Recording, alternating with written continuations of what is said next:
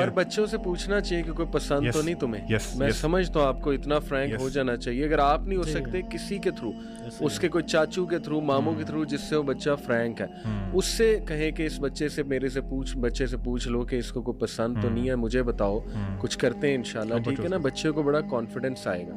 تو یہ بھی بڑا امپورٹنٹ ہے. اور دیکھیں لاسٹلی میں بس جو ہے نا وہ یوتھ کو یہی بتانا چاہ رہا ہوں کہ حرام ریلیشن سے اب سپوز آپ کا ہے تو نکلنا کیسے. سب سے پہلا تو یہ ہے سلوشن کہ اگر آپ واقعی سنسیئر ہیں تو آپ نے نکاح کا پیغام بھیجنا ہے. اب دیکھیں جیسے اس بچے نے کہا تھا کہ میں کیوں بھیجوں, مجھے پتہ ہے ہونا ہی نہیں. آپ نے حدیث سنا دی, بھائی اللہ مدد کے, اللہ کہہ رہے ہیں میں پرسنلی مدد کروں گا تمہاری اگر تم سنسیئر. دوسرا یہ کہ آپ کوئی معزز بندہ, کوئی خطیب ڈھونڈیں, کوئی خاندان میں جو بڑی عمر کا بندہ ہے, اس کو کہیں کہ جی میری پلیز آپ میرے پیرنٹس کو سمجھائیں جا کے, تو وہ معزز بندہ آ کے بات کرے گا تو چانسز بڑھ جائیں گے. میرے پاس کئی مثالیں کہ راجہ ضیاء بھائی نے کئی لوگوں کی شادی میرج کرائی.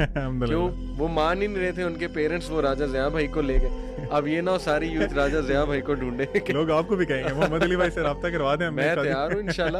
دیکھیں ہم تو پیرنٹس کو اوپن پیغام دے رہے ہیں, تو میں نے تو خود دیکھا ہے راجہ ضیاء بھائی ماشاءاللہ گئے, پیرنٹس کو کنونس کیا اور پیرنٹس سمجھ گئے.